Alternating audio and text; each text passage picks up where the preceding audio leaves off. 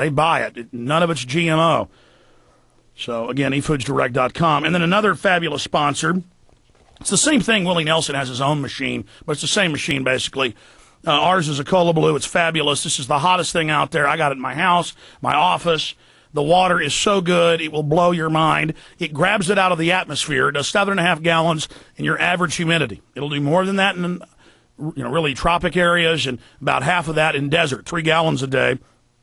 ECOLOblue.com, ECOLOblue.com, acolablue.com, or 866-585-4044, 866-585-4044. Atmospheric water generator for your home. Pays for itself in 1 year if you buy water from the store. Pure, clean water without the fluoride.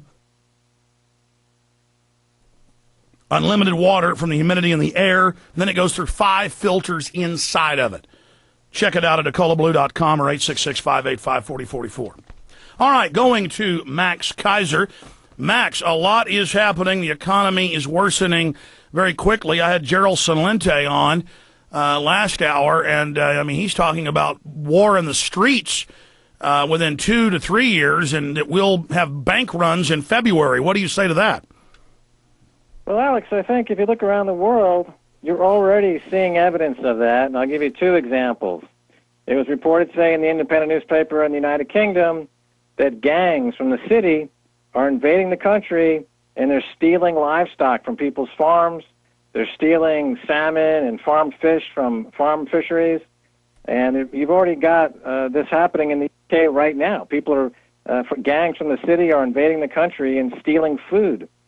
If you look at the global picture, you see that around the world, the corporations have taken over all the fishing rights around the world. So in Somalia, you've got Somali pirates who are starving to death. They are hijacking at 1 ship every day on average just for food. And they just grabbed a huge oil tanker today, so their targets are getting bigger. Exactly. And they're being tracked by the U.S. and the U.K., the Navy's out there. But these are people who are starving to death because all of their food supplies have been taken from them by the huge corporations. So this is what's happening on the fringe of the, if you're in the United States, and your view is that these other areas are on the periphery of the biggest economy in the world, so-called the U.S. You can see the trends developing on the fringe, on the periphery, and I think they're heading toward the U.S. But you see it already right now happening around the world. Max, again, for folks that don't know who you are, currently, tell us a little bit about yourself, and then currently what you're most focused on and what you think is most important in the world right now, and then trends that you see going into the midterm and long term. How bad do you think it's really going to get? Well, just to follow up on a couple of things from when we spoke last time, we were talking about the gold market. We were talking about COMEX and the fact that COMEX is short gold, that they can't deliver, and that some people are out there trying to organize a raid on the COMEX. I was talking to some folks today in Canada. Apparently, Eric Sprott of Sprott Asset Management is going to try to take physical delivery of a huge precious metal position on the COMEX this December to try to force the price from the physical and the paper market to match up.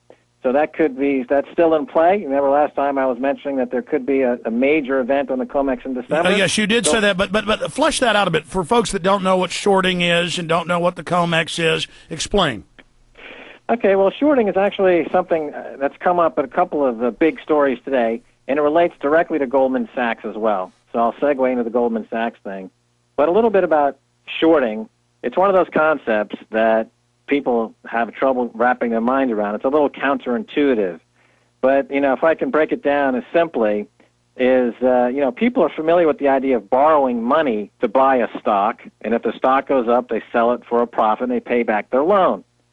When you're selling short stock, you're borrowing stock, and you're selling that stock, and you're hoping that the price goes down, and after the price goes down, you buy back your stock at the lower price, and you return it to where you borrowed it from. But because the stock is now at a lower price, the amount of money it took to buy it back is less, you get to keep the difference. That's how you make money on a short sale. And it works on stocks, and it works on commodities, and it works on the COMEX. And the COMEX is where all the biggest precious metal futures operation in the world. And as has been pointed out by numerous guests on your show, the big bankers in the world who love the idea of fractional reserve banking and love the idea of infinite credit, they hate gold, they hate precious metals because it's a limited supply, and they don't like to live in a world of limits. They like to live in a world of infinite credit. So it's in their interest to try to keep those precious metals down. And they do this primarily by selling gold and silver short. They're selling gold and silver contracts that they do not own, and they borrowed for the most part, and they do this with borrowed money, and they can borrow money quite cheaply. The scandal here is some